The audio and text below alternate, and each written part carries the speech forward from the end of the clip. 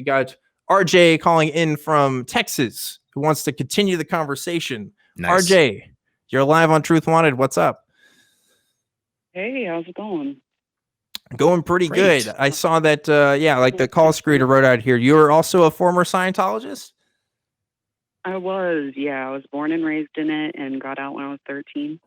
Born I and put out raised the in door it. for a little while before that. Yes. So Wow. luckily never got involved with Sea Org and signed the billion-year contract or anything like that. No, but my parents did. Oh, no. Wow. Wow. I hope they treated you better than some of the horror stories that I've heard. Yeah, tell us about that situation. amazing. I'm curious. If you want to. Yeah, for sure. It's just a question of how far to start, you know? Yeah. They were highly susceptible to Scientology stuff, came from very troubled backgrounds, and Scientology promised them very basic kind of things you would learn in psychology. Like, my mom couldn't even talk to the grocery store clerk. She was so anxious all the time. And so they had her do this little communications course. She got in it through her stepmom. And she could talk to people again. So she was like, clearly this has all the answers. And so she joined the Sea Org at 15. Oh, man. And yeah, my dad had a super troubled background. He was like looking for answers in life. And, you know, they were willing to give him answers to everything. And see, and it's not to say that some of their tech doesn't make sense, like in a way of, you know, teaching people to communicate better or to visualize things better. Like some of their drills that they have you go through is basic, you know, public speaking 101 kind of stuff. You know, there's a lot of tech in there that is actually beneficial. Yeah, but I think unfortunately it's wrapped around a cult. Yeah. And so that's really what's, I think, surprising to a lot of people is if you go to a Scientology or church right now, there you don't go into a class where you learn about Xenu. You go into like a communications course, or you go into like a, you know, it's presented as something completely different. It's supposed to be this kind of helpful for life kind of stuff. And I think that's actually a lot of people's relationship with Scientology is, oh, they wanted to take some courses in this stuff, and maybe they took some and they got out, you know, or they got higher up into the organization. And so like it's way more common than what people think it is. So yeah. But yeah. And sorry, I didn't mean to interrupt. You get the more the more entrenched you get, the more abuse of power there is, and aggression, and very aggressive selling techniques, and all sorts of crazy and stuff. gaslighting too. When they Yeah. And when they started to realize that I was, you know, 1 foot out the door, ready to leave when I was probably 8, they had me do some auditing, and it was exhausting. Like it was a trance akin to drugs, you know. And you guys are definitely on the ball with the suggestive questions. That's all it was, am I saying what the auditor wants me to say?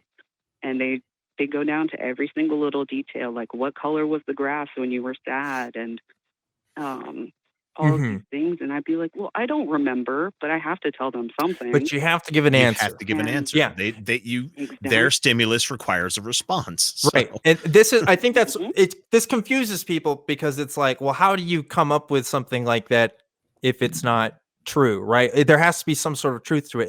And what it really is, I mean, I can relate to this because when I was a Christian, right? What's the thing when you go to church camp and you hear other people talk about how they became Christians? Everybody has a story, right? Everybody has this whole, oh, well, I was doing drugs, but I was inspired by the Holy Spirit, or like, oh, I was a bad kid. I was having premarital sex all the time or something. And there is a pressure there in that culture to have something cool. I did the same thing. Go back to my video where I talked to Anthony Magdamasco. I said I was an atheist. Yeah, I think I didn't believe in God for like a day or two. I think that's what that really meant. I didn't have any understanding of the philosophical discussions about what the word atheist meant, or any of the real implications of that word. But I use that as part of my story because you're encouraged to do that. Like that's part of the thing. And so like, yeah, in these auditing sessions, again, this is from what I understand because I have no personal experience, but they do ask you questions about like, oh yeah, what was the color? If you remember a time you were swimming, they'll ask you, oh, what was the color of your swimsuit or other things? And you know, it may be things that they ask you that because they expect an answer. You can't say I don't know, because the belief system in Scientology is, oh, you do know. Actually, everyone is capable of perfect recall. So you have to give like an answer, right? So yeah, at least that's my understanding. Am I right, RJ? Getting bad grades. Yeah. Yes, absolutely. Yeah. Absolutely. We all have picture perfect memories. And if you can't remember everything perfectly, that means that you did a bad thing. And if you didn't do a bad thing in this life, you did it in a past life. Yeah. And any sort of failure of memory means that you're a bad Scientologist who has things that you need to declare and make amends for. Yeah, man, that sounds brutal. So what like you said about having oh, sorry. Go I ahead. like what you said about having like your story of like how you got into it, because that really like cements the us versus them, right? Yeah. Like while everybody else is having problems, we found our, our solution or whatever. Yeah. But, And what was the question you were going to ask?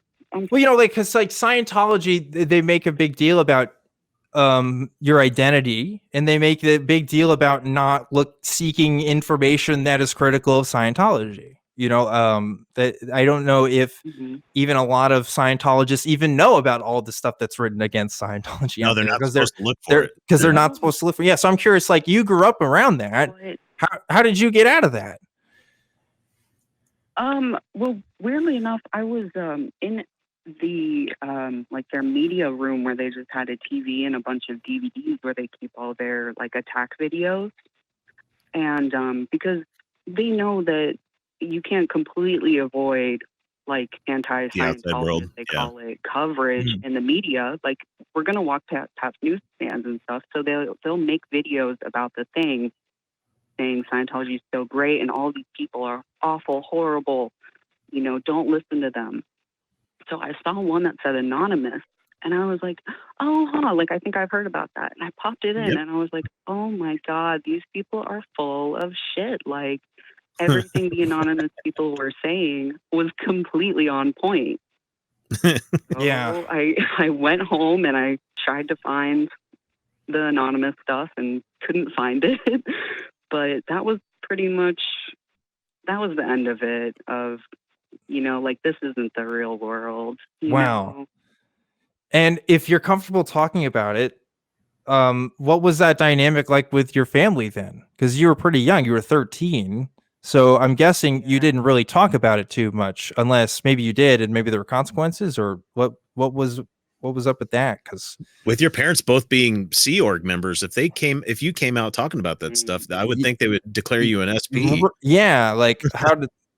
I mean, obviously, whatever you're comfortable telling. Yeah. I mean, they got kicked out of the Sea Org when they had me. Okay. I'm not really allowed to have kids in the Sea Org, and my mom didn't want me to be like illiterate or whatever, like most of the kids in the Sea Org. Yeah, I was gonna say, because when you said that both your parents were into it, I was like, oh man, hopefully she wasn't passed around like a lot of the Sea Org kids are, where they're bounced to house, and it's really super sad. Yeah, no, we got demoted to the San Francisco org there, which is one of the bigger ones, but and still very under heavy Sea Org influence compared to a lot of the smaller ones. And my stepdad was very heavily involved, and I didn't really see him that much. He worked like overnights, holidays, etc. And I didn't really talk to them about it. I was just, honestly, it went by so fast. It was kind of a blur of a couple of months where I was going to the org less and less and seeing my friends less and less and making friends at school instead. And one day, kind of out of the blue, my mom was like, we're leaving Scientology. Like, it was all a lie, and none of it was valid or real or needs to be a part of our lives anymore. And I was like, cool. Yeah, I guess you were kind of over it at that point, but yeah. Wow. That I can't imagine.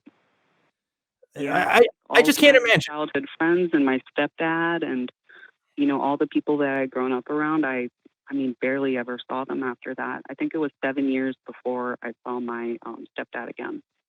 Oh my gosh. Wow. So do you know Yeah. people? I guess you know people who are still in it now, huh? Do you have any contact with Yeah. anybody else that's still around and doing stuff? Um,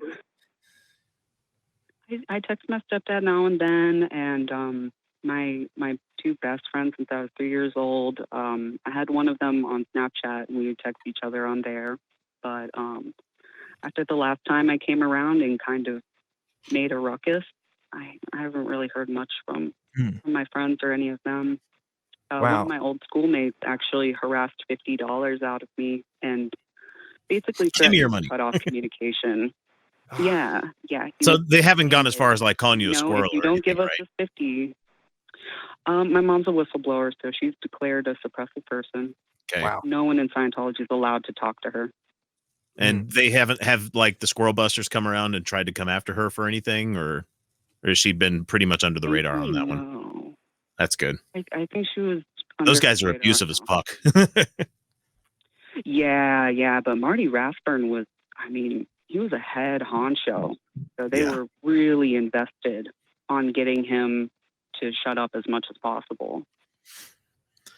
I've watched all of the Going Clears and the series that they had on A&E for a while. I'm trying to remember what it was called, but it's the one with Leah Remini, and it had Right. the Mike Lindell, not Lindell, that's the My Pillow guy, Mike Yeah, Render. Sorry, Mike Render. Yeah, and those guys are doing stuff about it. Yeah, like I said, maybe we'll talk a little bit more about it, some of that stuff in a couple of weeks here. But like that's awesome. I'm glad you found your way out. yeah, like I want to know now that you're an adult, RJ, and you're calling in. Obviously, you're at least somewhat comfortable talking about it, or else you wouldn't be on the show here. But I'm obviously this is painful. I mean, like this affected your life in such a dramatic way. I mean, how do you feel towards people like Al and people, the previous caller who just called in, who, claimed that they got something out of Scientology, and just like the church in general? Because, like, every year has not been a good year for Scientology. Like, it's not like their public image has improved, Right. So, like, how is that like, knowing your experiences and knowing that you have these views and ideas and worlds that most people just can't even begin to understand?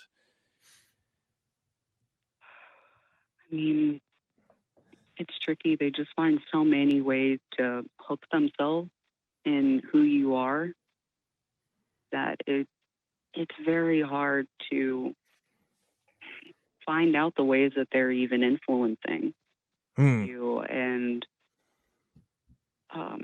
it takes a lot of therapy, and it takes a lot of kind of introspection and people willing to call you out to be like, oh shit, like this side. Oh, I'm sorry if I'm not supposed to swear. You're good. Like, they're still affecting me, Like, Yeah. I understand why they still believe it, because you're put in a very vulnerable position, kind of like spiritual interrogation, and they hypnotize the hell out of Scientologists. They really do. Yep. So, it's like any other cult. Like, they'll drug their parishioners or hypnotize them or whatever, and sometimes nothing will undo that. So to sway it from the sad stuff, I want anybody out there that's really interested in the history of Scientology. This is just a personal shout out to Paul F. Tompkins. He's a comedian, if anybody knows who that is. He had an episode of his show called the Dead Authors Podcast. He pretends to be the guy that wrote The Time Machine. Anyway, he has on the episode with him Andy Daly playing L. Ron Hubbard, and they're talking about, truthfully, everything that started the Scientology church. And so it's really funny to go listen to. It's called the Dead Authors Podcast. And there's a two-parter with L. Ron Hubbard. And I think everybody should go listen to it because it is hilarious. So, RJ, I just want to say thank you so much for calling in and talking about your experiences with us. That it's, I know that can't be easy, and I'm really grateful that you decided to, tell us about that on the show. Is there anything that you want to tell us before we let you go and before we go on to another call, or anything you just got on your heart you just got to let the world know? I definitely recommend the Lair Meany and Mike Rinder podcast. called Fair Game, and Tony Ortega's blog, and Mike Rinder's blog, and Chris Shelton. And outside of that, just if you're stuck in something that you can even remotely relate to Scientology, there is a way out, and people are willing to help you. Yep. You have support. Yeah. Thanks so much for having me. RJ, No, thank you so RJ. much. Thank you so much for calling in with that. Just makes me feel a lot of things. I don't know. It's this wash of sad, angry, upset, empathetic. There's all of these different neurons firing at the same time. It's like, shit, I don't know how to process this. So here's the thing. We've had 2 calls here. Okay. Yeah. We've had Al, who says he's gotten a lot of good things and good experiences out of his time with Scientology. And I don't doubt that. I don't doubt that he's gotten positive things from his experiences with the organization. And we have our other caller, RJ, who has told us about the absolute shit show that it is to be a part of Scientology and to have that impact on their lives. And these are 2 people whose experiences are both affected, like emotionally in some way or another. And I don't doubt that they sincerely both believe the things that they believe. And I think this is just a great example of the dichotomy that you can have in your experiences with religion in general, and why I just try to keep that sense of open-mindedness even when I'm talking to other Christians, of whom I don't share the same faith with anymore. Because although obviously some of my experience with the Christianity have been negative, I had some great stuff out of that too, that kept me in this belief system for a lot longer than I should have, because I was afraid of what was on the other side. Yeah. Because I didn't have the courage to go out into the unknown. And it reminds me of the importance of communities like this with the atheist community of Austin. Because if it wasn't for the brave fuckers that were willing to talk about this shit on air for years and years, speaking truth to power to assholes who would tell them, no, that their realities are wrong, that they had to be gaslighted of their experiences, that Christianity is fine, and that even if it wasn't fine for you, you just weren't in the right church, or you just had this bad experience. This happens all the time, every day. So fuck anybody that says that this isn't important. Right. And That's for me, like when I was a kid growing, like I said, I grew up in the military. My family was all I had. So wherever place we moved to, my old man got moved like every 2 years to a different base. And so I didn't have like tons of friends growing up that moved with me. That never happened. So it was always just my family. And so coming out as being anti-religion or not believing in religion would be a quick one-way ticket to like an ass beating. It wasn't a thing that I could just, I didn't have a community where I could lean on to get out of that kind of thing. And finally, when we settled roots here, I got out of religion. So I'm happy for that. And so I'm glad that RJ found her way out at a relatively young age. And I'm glad her parents left the Sea Org instead of, God, because I've heard so many horror stories of how they're treated as members. So you can talk. I mean, and obviously entire books have been written about, Scientology and the experiences there. But like, I can't keep going on about it. I really can't keep going on about it. I have to move on. But like, this is, when you're talking to people, folks, just remember, like you're talking to a human, you're talking to human beings with life experiences that you can't make assumptions about. And this isn't about a logical argument game at the end of the day. You're having to deal with a lot of emotional barriers that are going to keep people moving from one place to another for one reason or another. And hey, I talked about this before too. Look, I'm involved in the atheist community now. If you try to bring me towards anywhere else, there's going to be emotional barriers now too, because I got friends here who care about me and who are going to be immediately skeptical of whatever kind of new belief I've picked up. Right. So yeah, it's a whole thing. all your friends are going to go to the bite model with anything that you bring up to them. Hang on Yeah, a sec. Hang on. basically, yeah. But that's basically my time with being a vegan. Actually, is somehow I'm in a new cult, but that's a whole other thing. But let's move on.